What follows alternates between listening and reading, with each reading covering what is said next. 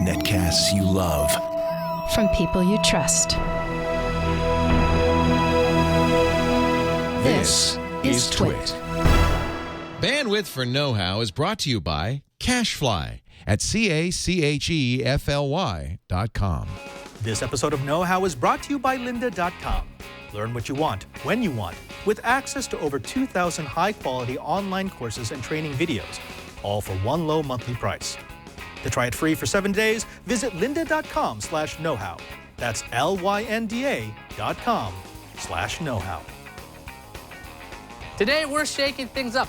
Father Robert is here. He's going to explain VLANs today. You're going to know that and a whole lot more.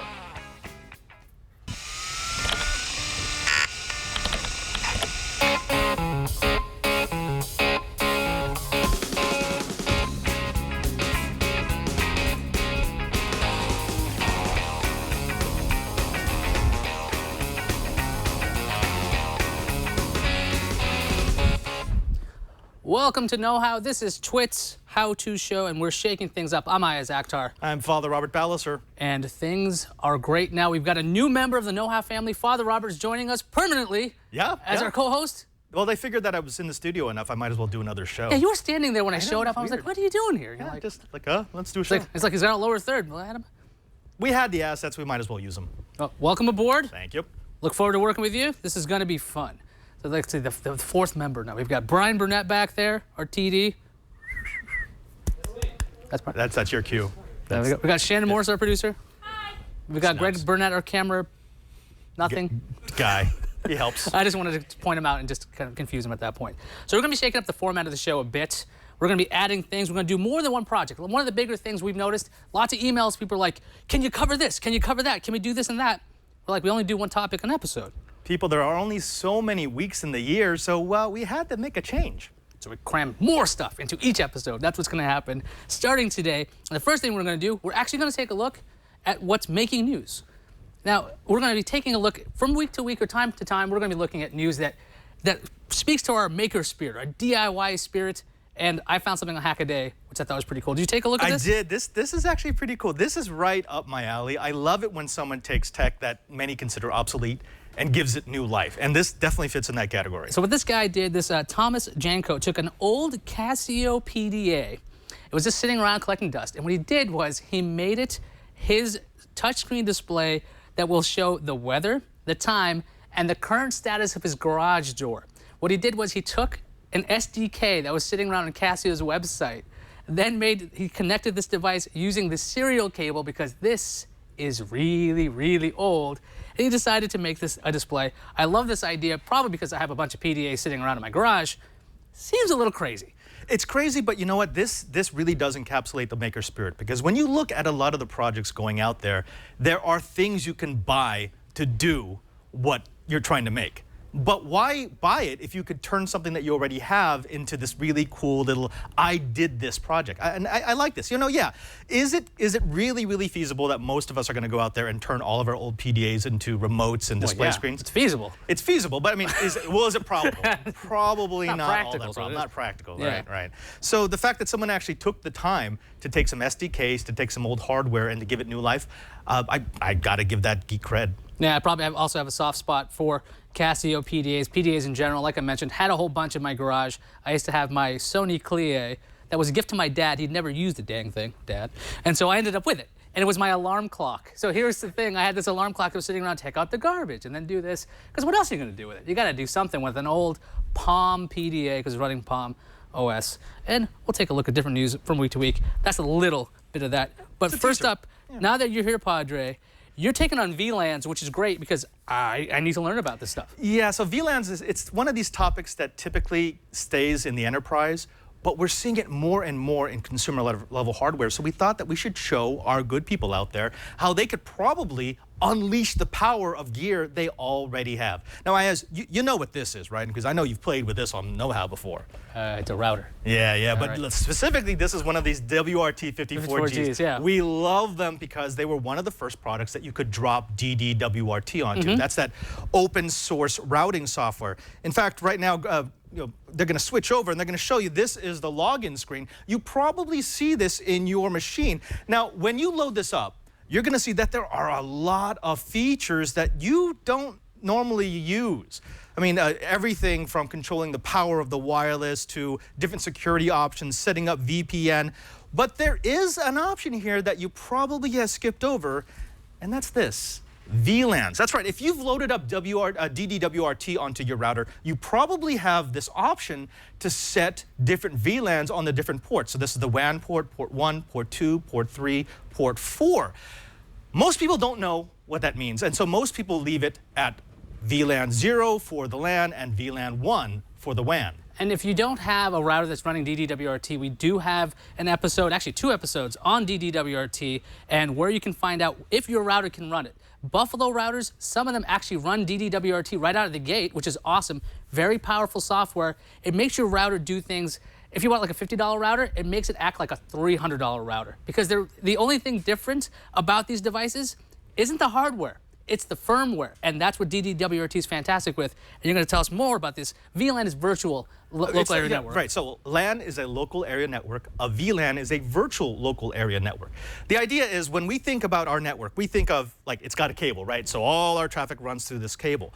Well, with a VLAN, I can actually take this one cable and basically subdivide it. I could turn it into multiple networks, all looking as if they're their own network, but still running over the same cable. Now, that's the most simple version of what a VLAN can do. But before we actually talk about VLANs, we probably need to talk a little bit about how switches work. Okay. Because you need to know how a switch works before you can actually activate a VLAN. Otherwise, you're just going to be guessing at what the parameters do, and that's never a good thing. So the idea behind a switch, any switch really, is it allows traffic to flow from one device to another, from one port to another. And actually, we have a quick graphic here that shows you what a typical switch looks like. You've got switch 1 and switch 2. They've all got their ports. So I've got 5 port switches. 4 ports are free on each switch. 1 port's used for the uplink. And then I connect the 2. So now these two switches are connected. Now we're going to send a broadcast packet over this flat layer switch. So it has no VLANs. This is just how you would buy it from the store. A packet arrives on port 1, it's broadcast, which means it doesn't yet know where it's going.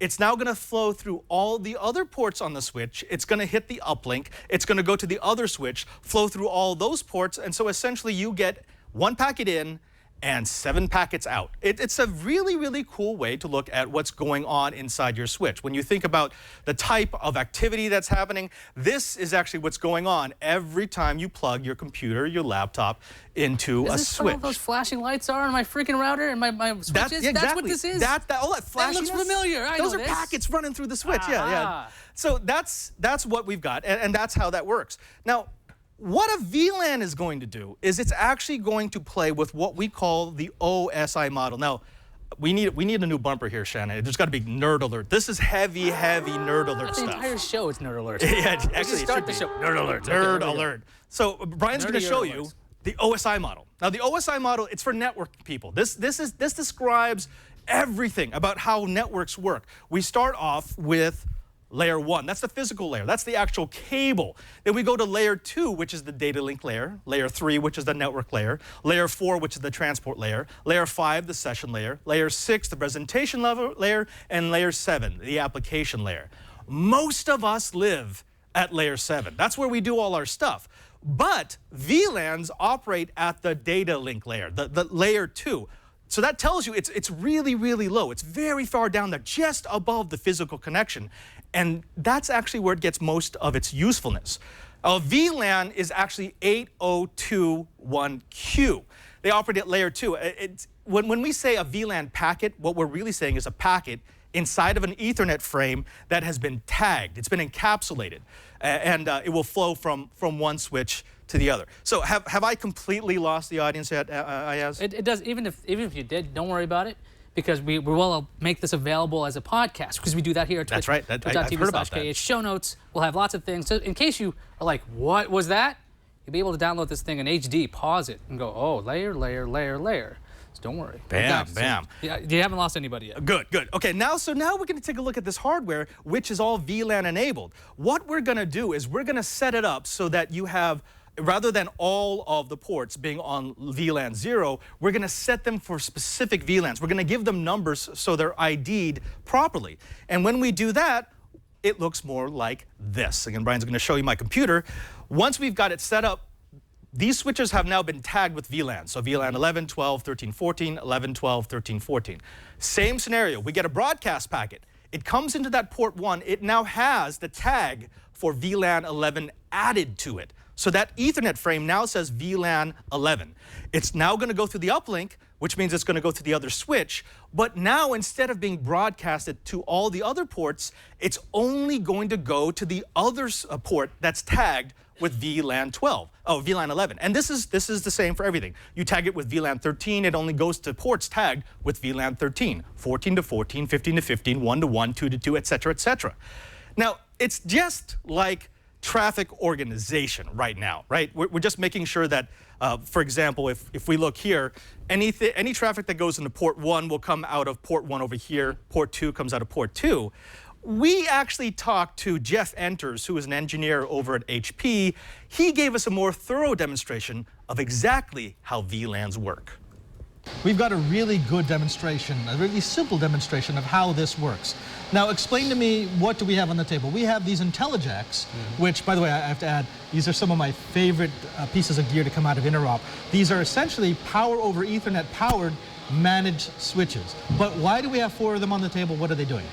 So we just kind of set up a real simple configuration here to help show people what VLANs are about, show you guys what this is all about. And so pretend this is a regular switch that's in your environment, 24-port switch, 48-port switch, whatever it might be. Pretend this is another one. And then these two over here, we just use them as end stations. Pretend those are laptops or what have you. We just use those as a device that we can ping to verify that connectivity. So again, very simple configuration of 2 switches and 2 end devices, and we've essentially got 2 VLANs going across here, a VLAN 11 and a VLAN 12, and we're going to show you how these VLANs keep that separated. So the originating laptop over there can see one VLAN but can't see the other VLAN. Right, and that's what you're seeing right now on this feed, and that is it's got 2 windows. One is trying to ping this device, one's trying to ping this device, and as you can see, traffic is only getting through on one of these command shells. And the reason for that is that we have set these up so that port 1 and port 2 have the same, on this switch, have the same VLANs as port 1 and port 2 on that switch, which essentially means that with this one cable, I've created 2 isolated networks. The traffic doesn't flow between them. That's absolutely correct. Yep. So to further that just a little bit, this port number 1 here is VLAN 11. This port number 1 here is VLAN 11. Number 2 here is VLAN 12. Number 2 here is VLAN 12. But on the back, this purple cable goes straight from here into the back of this switch, and that cable has both VLANs, and that's VLAN tagged with 802.1q, and 802.1q is the technology or the standard used to tag the VLANs. Now, what I'm going to do is I'm going to go ahead and switch this cable over to port 2, and in a second, because it's got to dump the ARP cache, in a second I should start to see pings off of that second IntelliJack. But tell me, how does the tagging work? Where did the tags start, where do they end, and how do they run through my network? Sure. So most of your end workstations and servers typically aren't going to send out a tag on a packet. They have the capability these days, but typically they're not. And so the packet's going to come into, let's say in this situation, port 2, it's going to be untagged. So the switch is going to receive that packet with no tag on it. It's going to look at it and say, well, that port's only in VLAN 12.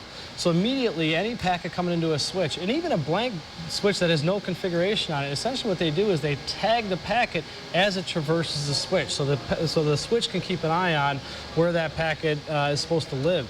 So again, it comes in, immediately the switch tags the packet with VLAN 12, and then again, it sends it out the back here with that 802.1q tag on it with VLAN 12 and that 802.1q tag. Now, we can see on the screen that we've flopped. So now I can access the other IntelliJack, but that first IntelliJack is no longer pingable. If that's all it was, that wouldn't be that impressive. I can actually start grouping together VLANs. I can actually start grouping together ports into particular network zones. Show me how I do that on this interface and tell me why I'd want to do that. Sure. So in our example here, as you look at this screen, you can see that on port 1, and again, we're looking at switch number 2 here, and port number 1 on that has what's called a PBID of 11, and port number 2 has a PBID of 12. And what the PBID is is it says if I receive a packet and I don't know what VLAN should I put that on. And so the PVID says, well, if you receive a packet doesn't have a VLAN tag on it, put it on this VLAN. And in this situation, we're putting it on 11 or we're putting it on 12 for port 2. So that's what we're doing. You want me to go ahead and do the demo? Go ahead and do the honors. All right, so here we go. So now what we're going to do is we're going to be able to make that laptop be able to ping both of these end devices. And the way we're going to do that is we're going to switch port 2 here to 11, to VLAN 11. All right, so here we go. We're going to hit that. That's going to apply it, and now we need to switch this back over to port 1 Very good. because that's where we've added the VLAN. Exactly. So in a couple of seconds, again, after it's dumped out its ARP cache, it should show us that it can now ping both the devices. That is correct. And there we go. Now we've got both feeds, so that one port is now able to see the traffic on both of these switches, Right. on both of these ports. Now, this is a very small demonstration, but hopefully it shows you the power of a VLAN, and hopefully it inspires you to go out and play. Because again, the best place for you to find out more about VLANs is to get some gear that speaks VLANs and just start playing with it. Start assigning VLANs, make a few mistakes, reset the gear, find out how to use them, and find out how they can benefit you in your network endeavor. Okay, so again, we were really just using it to go port to port, so from this port to this port. And that was to show you that you could essentially take one cable and turn it into multiple networks. But it goes beyond that. I mean, imagine all the different types of networks that you might want in your office network or your home network. You want one network for the wireless because they should access certain things. You want one network for, say, TVs because you don't want anything else to be on that so that you get really good flow of traffic. You want one network for guests, one network for production, one network for Wi-Fi, whatever it's going to be, connected cameras. If you use multiple VLANs, you can now have all those different networks and the traffic doesn't intermingle. That's really what it's for. Now, here's the thing though. Some people think that you use VLANs for security, right? Because, oh, well, if it's in a That computer can't see that computer, so that's got to be good, right? Right. No, no. A VLAN is not for security because the traffic's not encrypted. Anyone who's trying to find all the different VLANs on a network can find all the different VLANs on the network. So don't use it that way. I mean, I know some people are going to be tempted to, but don't. Please don't. If you're watching this right now, don't do it. It's going to be a bad thing. The other thing to know about VLANs is, yes, there is a lot of hardware that talks VLANs. If you look down here, this DDWRT speaks VLAN. This Sonic Wall, Firewall speaks VLAN. This Enterprise Class Enterasys switch speaks VLAN. And like cameras, the cameras from Dropcam will actually talk VLAN.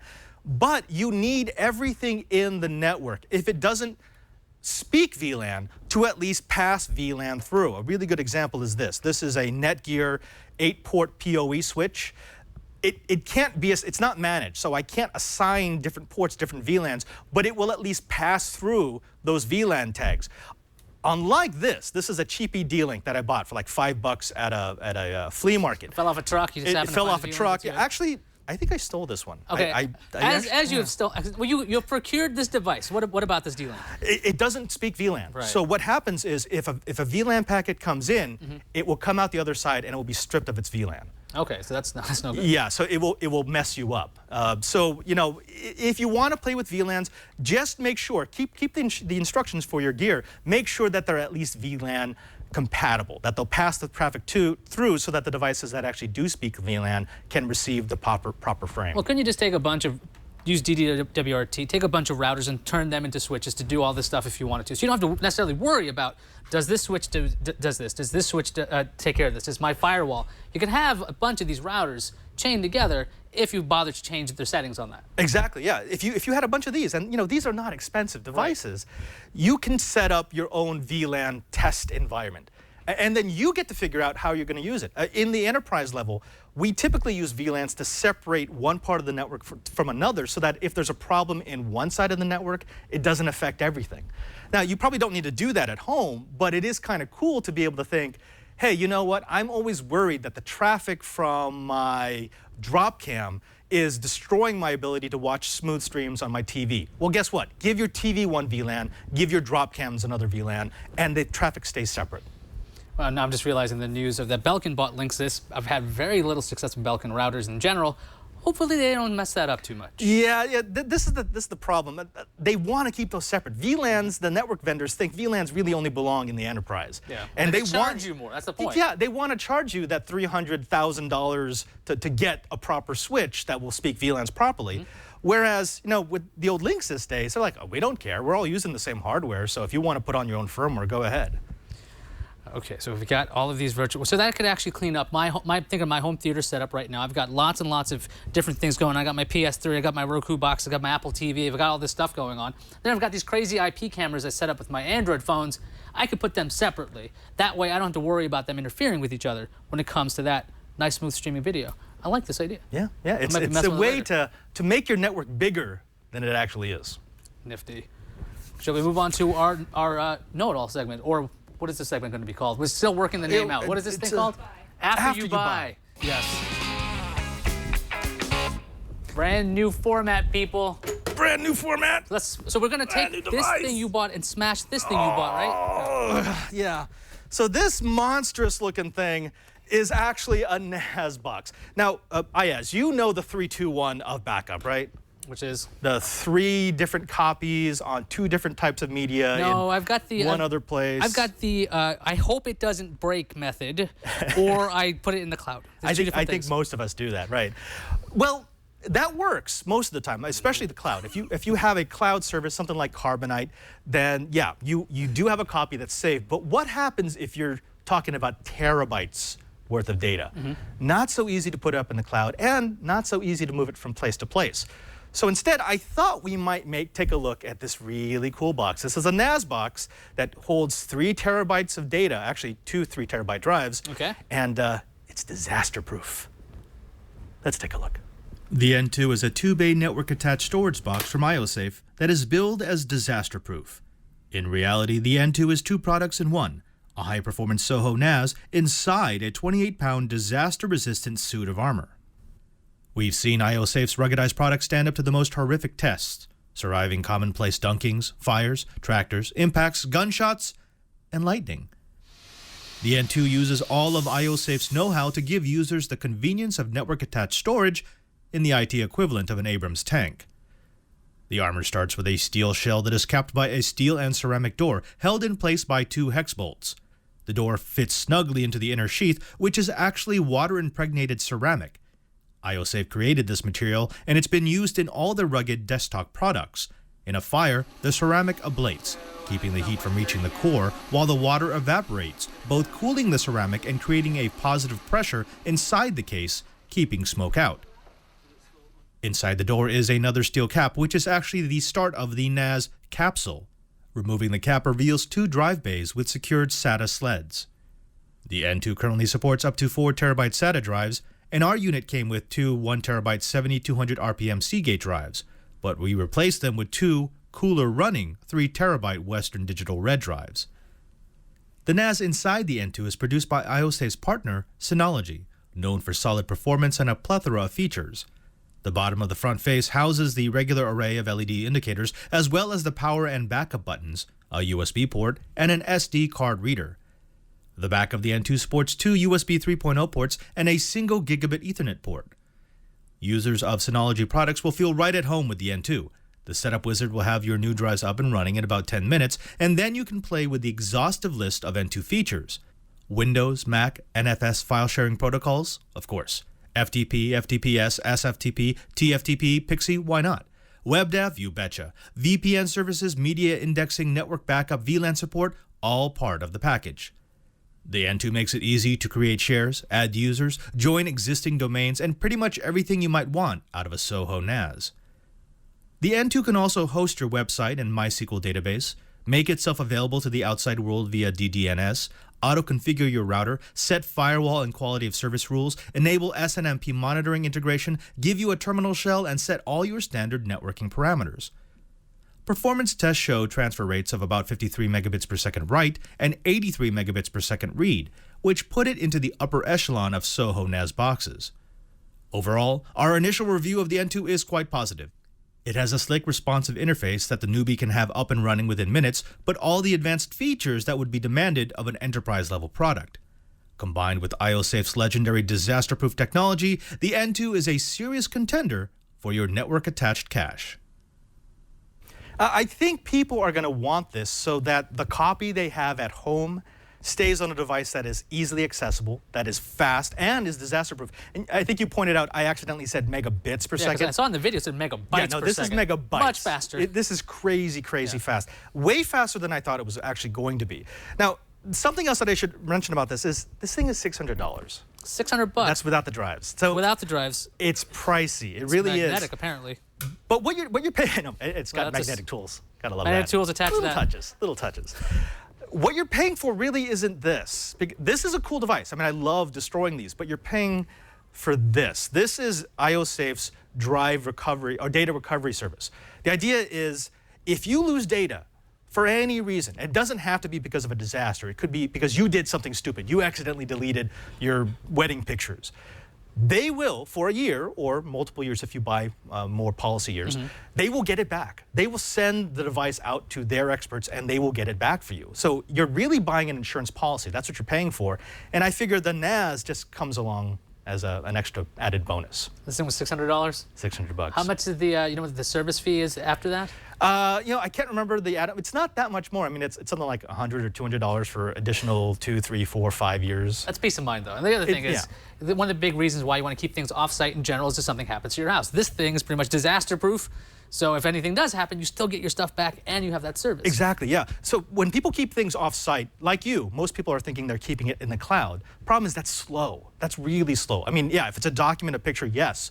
But if you're doing video work and you've got a 6 gigabyte project, that's not going to move up and down so quickly, and you're going to have to copy the whole thing down before you can actually start working on it. This keeps it accessible. I can actually do video editing work straight off this NAS. I can keep it in a closet downstairs, and if there's a fire, who cares? Because the device is going to survive. Well, I think you should care if there's a fire. Okay, Maybe I might be a little bit worrywart. I know if there's a fire, but yeah. Okay, I do care about a fire, but I'm not going to care. I'm not going to worry about my data. Now, here's the thing. We want to do something different on know-how, right? I mean, we talked about switching this up. A review is cool, but we thought, hey, what if we could hold on to a product for an extended period of time? Not just give you our initial impression, but say, hey, 3 months, 4 months, 6 months later, are we still using it? Is it still working? Is it still worth it? So this is going to be the first of a new breed of segments for know-how. After you buy, I've got my own stuff that I've purchased for myself that I want to review and let you know how it's been going, because those initial impressions are great. Always. It's really, things work really well for the first couple of weeks. It's that when you've been living with something and you've been tinkering with it and you've been changing things, that's when stuff starts to become less pretty. Right. You want to find out what happens there. So I've got a bunch of stuff of my own that I want to show you guys in the long run. So we'll have that in this new format. Pretty freaking awesome. I'm going to make this my primary data device. I'm going to store all of my video editing on this for the next 6 months. And who knows, if we're lucky, maybe my house will burn to the ground and we can actually test to see if it's disaster-proof. I don't know if you know what the word lucky means. But yeah, let's hope that this thing will be okay, and so will you. But that is after you buy. Now, did you know that the more you know, the more you can succeed? That's why we're really happy to welcome onto Know-How our very first sponsor, Lynda. Now, Lynda.com is an online learning company that helps anyone learn creative, software, and business skills to achieve their personal and professional goals. With a Lynda.com subscription, members receive unlimited access to a vast library of high-quality, current, and engaging video tutorials across a wide variety of subjects. Now, we've got software. We've got Excel, we've got Photoshop, we've got Dreamweaver, WordPress, QuickBooks, PowerPoint. They teach business skills, everything from resume creation, time management, negotiation. They can teach you about the hobbies that you're hoping to pick up: photography, videography, audio recording, songwriting, even programming. That's right, you can learn web development, app development, CSS, SQL, and database. Basically everything that the Twit Army might want to know about, Lynda can teach them. Now, how is Lynda.com different from other free or open source video tutorials? Because there are a lot of them out there. If you go to YouTube, if you Google for a training course, you're going to find them. But Lynda is different because they offer 2,000 courses with new courses added daily. This week, they've added courses that include 3D printing, SEO, and social media marketing, WordPress essentials, and DSLR video. That's right. If you're a budding videographer and you want to take your SLR out there and shoot something like Freddie Wong or Corridor Digital, Linda will show you how. Their instructors are working professionals at the top of their fields, and they're expert teachers. High-quality video production from state-of-the-art studios, which means that these aren't homemade videos that you'll find where some guy is fumbling with a mic or giving you some really boring explanation that should be done in montage. Linda knows how to do it right because they've got curated course content. Each Linda course is carefully structured so that the users can learn from start to finish or jump to a specific chapter for quick answers. Their searchable transcripts allow you to search inside a video. That's right, you can actually search for something within a video, not just the start or the end, to save time and find exactly what you're looking for. Their bookmarks playlists allow you to organize your courses into a customized learning path, and they've got courses for all levels, covering a wide range of technical skills, creative techniques, business strategies, and more. You can also watch from your computer, tablet, or mobile device. You can switch back and forth between your devices, and you get to pick up where you left off. You get to start watching it on your desktop, then walk away and watch the rest of it on your phone. It's really that simple. With Linda, you get to set the pace. And with their mobile access, you can learn what you want, when you need it. Now, here's what we want you to do. Our know-how crew, we know that you're always into the learning. So we want you to try lynda.com. It's only $25 a month for access to Linda's entire course library. Or for $37.50 a month, you can subscribe to the premium plan, which includes exercise files that let you follow along with the instructor's project using the exact same assets. And you can try lynda.com right now with a free 7-day trial. That's right, that's because we love you. We're going to give you a 7-day trial. Visit lynda.com/knowhow. That's lynda.com/knowhow to access the entire library. That's over 2,000 courses free for 7 days. That's lynda.com/knowhow. And we thank Linda for their support of know-how. You know, I've been using lynda.com to take a look at Premiere. I learned Final Cut way back in the old days, back when I was a video editor. And Final Cut's great and everything, but Apple decided to change everything, and that locked me into the Apple universe, right? You're stuck in that Apple universe. Premiere is available for Mac and PCs. I won't have to get locked onto Mac Pros, and their tutorials are fantastic. I was watching one on my actual machine. I was watching it on my desktop, on my laptop here, and then I moved to my iPad to look at it because they have an iPad app. Really good stuff. Really easy to follow along, and it's just high quality. And it's way cheaper than going to courses. $25 if I want to switch things, I can do that. Really cool. Yeah. I mean, in an age where knowledge is currency, I mean, you're really buying a gold mine. I like that. Well, talking about back my video editing days, you know, there's something I wanted to do. We're going to brainstorm something right now. I wanted to build a portable podcasting rig. So what we're going to do is we're going to chat about exactly how this is going to work. But I'll explain why I wanted to do this in the first place.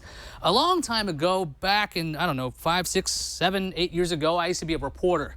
I was a blogger. I was an editor of a blog called Gadgetel.com. And what I would do is I would go down to New York City, because I was in upstate New York, and I would go to all of these different shows, like Showstoppers and all those kinds of things. And I was basically a one-man crew. I'd have to go down there, take photos, get videos, and try to get them on the website as soon as humanly possible. Now, this is years ago. This is like edge speeds, 3G, predates iPhone kind of days, so didn't exactly have the same kind of tools. But what I wanted to do was I wanted to make some really great content for this site. So what I want to make out of this rig is I want to get high-quality video, high-quality audio. I want to be able to edit and upload on the same machine, and it's got to be portable. Oh, that's a tall order. I mean, there are gadgets to do all those different things. I mean, I can find a camera that broadcasts directly, so if you want to do a live stream. I've got decent cameras that can record high-quality video. I've got field mics that get high-quality audio. But, you know, if you want it all in a gadget that does everything and is portable, I don't think that actually exists yet. It doesn't exist entirely yet. That's why we're going to keep messing with it. So I had some ideas what we can use. I know that I've seen Alex Lindsay with this every now and then at Pixel Core. He has an Owly for his iPhone. This is a device that you can use that lets you have a stable image. That's one of the bigger things I want. I want to make sure that I don't have that jello effect that people have. Or if you ever watch some of these, if you go to these other websites and they're trying to show you something, they're just kind of doing this, right? And there's all kinds of shake, and it's really annoying. So what I want is something to give me some kind of stabilization. I'm trying to find products for that. I want to make sure the thing I have has an LTE connection, because if I'm uploading video, it better be freaking fast, because that stuff's gonna go bad fast. This is news we're talking about. Let's get it out as soon as possible. And the audio. If I'm using this guy, let's say I'm using my iPad, because I'm the guy with the iPad with the LTE, the audio here is really good. But if I'm talking to Robert, his audio doesn't come as great. And if I'm at a show, gosh, you pick up everything. Yeah, it's the loud. The auditorium. microphone on that is not exactly like a shotgun mic where it's pointed at him. It's all the noise. Any ideas about that? Well, you know, there are a couple of different ways that I've done it in the past. You, of course, can use a wireless mic rig. You can get two high quality, like Sennheiser or Electrosound microphones that use XLR connectors so you can balance input into your device. Make sure that the mic is actually on the person that you're trying to interview. That works well, but you know, every time you do something like that, it's going to add both to the complexity, the bulk, and the weight of your portable rig. So, I don't think that's maybe the best use for your rig. The key for this whole thing is speed. Right? We want to get the stuff as fast as possible. We want it to be light. I've got some Bluetooth ideas. I've got some other ideas. I think there are some other wireless solutions because a lot of these devices have mic ins. And we can make use of that. So this is just phase one. This is the planning, the brainstorming phase. I've got a whole bunch of ideas. In a couple of weeks, we're going to actually show you what we put together because I'm going to make one of these things. And I guarantee you this, as we mentioned before, we're going to be doing revisions of these things. Oh, yeah. I'm going to try it, and it's going to get better and better. The first one might be a little clunky. I mean, we had talked about using something like, this is a Surface RT. This is an RT, yeah. Now, because back when I was a reporter, we didn't have tablets like this that actually run, well, this is an RT though. If you were going to get like a Pro, at least you'd have full windows. You have a real editor on there. You'd have a lot of different things, but I don't believe they come with radios. You can't do 3G radio or 4G unless you get some other device. See, that's actually one of the things that I was wondering about. I know you're really big into having an integrated external connection. You want LTE, you want something fast. But I'd also like to see the rig include a backup source because we both know that when you go into one of these crowded areas, often your primary link is going to fall down. And so it helps to have, say, LTE from Verizon and the option to plug in a modem or a Wi-Fi from T-Mobile or Sprint, just to sort of spread out the risk if you're actually going to try to push out from the event. I like this idea. That I'm already seeing, in my head, I'm seeing like an iPhone with like a little holder, and there's a LTE modem behind it, just in case something fails. Just in case. We can really make this work. I'm going to figure out the audio thing. We're going to have something in our hands pretty soon. I think in a week or two, something like that. So, that's about right. So yeah, if we're going to do some more brainstorming on the air, it's going to be lots of fun because you've got some information I haven't tried. Yes. But the other thing is like I'm going to keep making it more complex because I want this fast and I want this to be simple and I want to be able to do everything on one device. And things have changed so much. Way back, I'm gonna tell you a story. Back when I was a writer, I wrote this post on the Apple blog and was saying I hope they bring GarageBand to the iPhone. I was derided for weeks by the commenters saying, "Well, you can't possibly have GarageBand on an iPhone. That's crazy. It'll never happen. It'll never happen." I can already see how this is going to work. Yeah. I can see this because I'm going to want to keep adding stuff to it because I do carry a portable kit, but it's by no means it's a single device. I have two nice cameras and the broadcast rig and the editing station and all the mic. I'm going to want to put all this stuff in and you're going to keep shrinking. You got to be nimble when you're in these shows. In the shows, you're like, okay, I'm going to go over here. Okay, you got the cool product right there. Oh, I got it. But it's got to be really, really light. Cats. And it's got to be secure. So we're going to build something that can do that. And if you guys have ideas, send us an email, knowhow@twit.tv. I'm sure, just like when we did the book scanner thing, Patrick and I did that, you guys had lots of different ideas. Send it to us, knowhow@twit.tv. If you got your ideas, maybe they'll be integrated into version 1, version 2, version 3. I don't know. We'll see. And I know for a fact that we've got fans out there who have made some fantastic rigs. I met a few of you at CES. One guy actually had a rig that's PVC strapped. It was a backpack plus a belly pack, and I've seen this guy. The camera went over his head on this little boom, and he would walk. So yeah, send us pictures, send us instructions. We'll he play. looked like somebody that would be in the movie Alien. Yes. You might as well just have a helmet with lights on it. It was quite impressive. We haven't even talked about the light requirement. Just firing out at them. Anyway, let's go on to feedback. So we got an email from David, and he says, "Hey, Know How guys, I wanted to see if I could get mobile phone service without a traditional mobile phone plan." A man after my own heart here. Yeah. I figured you guys have done a show on this already, and sure enough, I was right. I watched the episode, and it answered all of my questions except one. Can a Bluetooth headset be used with an iPod Touch or iPad Mini? This would solve the out loud issue you would have when it comes to using those devices. I've done some research, but I couldn't find a definitive answer. Any help would be greatly appreciated. Now, luckily, we had an answer. Found it at Apple. Now, I do have a Bluetooth headset, which I need to test. But as far as I know, it used to be in the old days of iPod Touches and the old days of iPhones, you couldn't really do this. But with the new versions of iOS, you do have headset support for iPod Touch and iPad. It doesn't specifically say on the Apple website iPad mini, but it doesn't actually exclude it either. It probably works because of FaceTime, Skype, those kinds of things. So I'm going to test that out, but I'm 99% sure because Apple says you can. Yeah. Now I know what he's trying to do. I feel the same way. I like to stick it to the telcos. You know, they've been just raking us over the coals for so many years that we want to find an alternative way to get our VoIP. However, I'm going to throw in some counter punch to this, and that is there is a plan from a major telco right now that is kind of sticking it to the telco. Yeah, Which one is this one? It's T-Mobile. T-Mobile? So they offer Yeah, a $30 a month, and it's prepaid, so it's 30 flat. There's no extra fees. Oh, you mean the one I have and that Snubs has? And yeah, I think all of us have, right? Yeah. And the cool thing about it is there's only 100 minutes, but you can play with your phone, use Skype, use different VoIP clients, and in essence, you can turn that $30 plan into a full-featured $80 or $100 plan, and you don't have to do a whole lot of hacking. That's true. And for about, I think it was, 3 years or so, I lived without a phone that way. Right. I had a modem and I had an iPod Touch. I actually lived like this, so because I was like, why would I need a phone? I can just text everybody because that would work. Skype, I'm pretty sure I said this in that episode too. Skype is unforgiving. Yes. So if you're on like the Metro North train and you're using a I don't know, T-Mobile or Sprint little LTE device, if it dips a little, your audio is going to sound like garbage. Absolutely. So then you find out there are different and better systems. Like FaceTime I found was really surprisingly robust. If you lost a packet, it didn't matter. Skype, you just sound like, and that doesn't really work. When you're trying to do a phone call, you know? You know what? Here's what I can do. Here's what I can show you. I can actually show you how to build a system that puts a VoIP gateway back at your home connection. So you've got your cable. No. It's like a miniature Trix box. Yeah, so it's our asterisk. So that your phone will connect over the data connection back to your home phone line and access it that way. And actually, that's much better. It's more forgiving with the dips and the bumps in mobile bandwidth. This we'll have to check out then later, we'll have to check out. So just for you. You know what? I think that wraps up our first episode. How about that? Well, That's freaking fantastic. Yeah, so if you guys, you can always find all the notes we're going to have at twit.tv/KH. If you saw Padre's amazing graphics and you're like, wait, again, what was that? twit.tv/KH. You can download the episode. You can pause the episode. You can watch us again in glorious HD. If you don't want to see our shining happy faces, you can listen to the audio version only.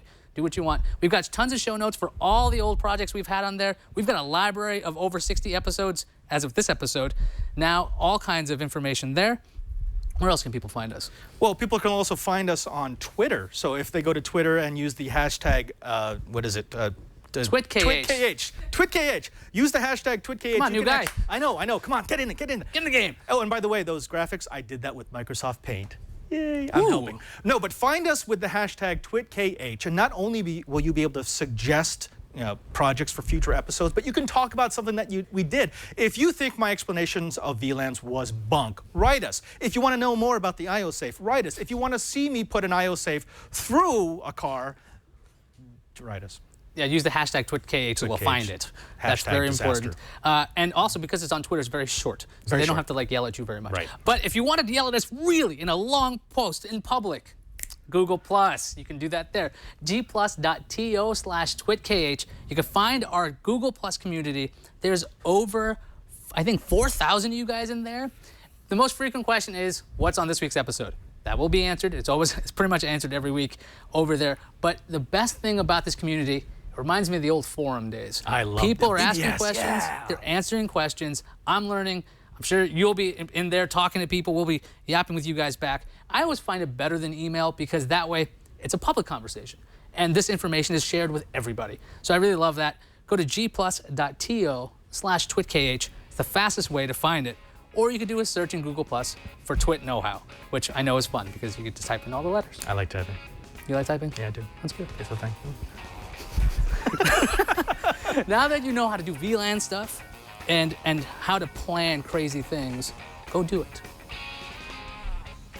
Get out of here. Show's over.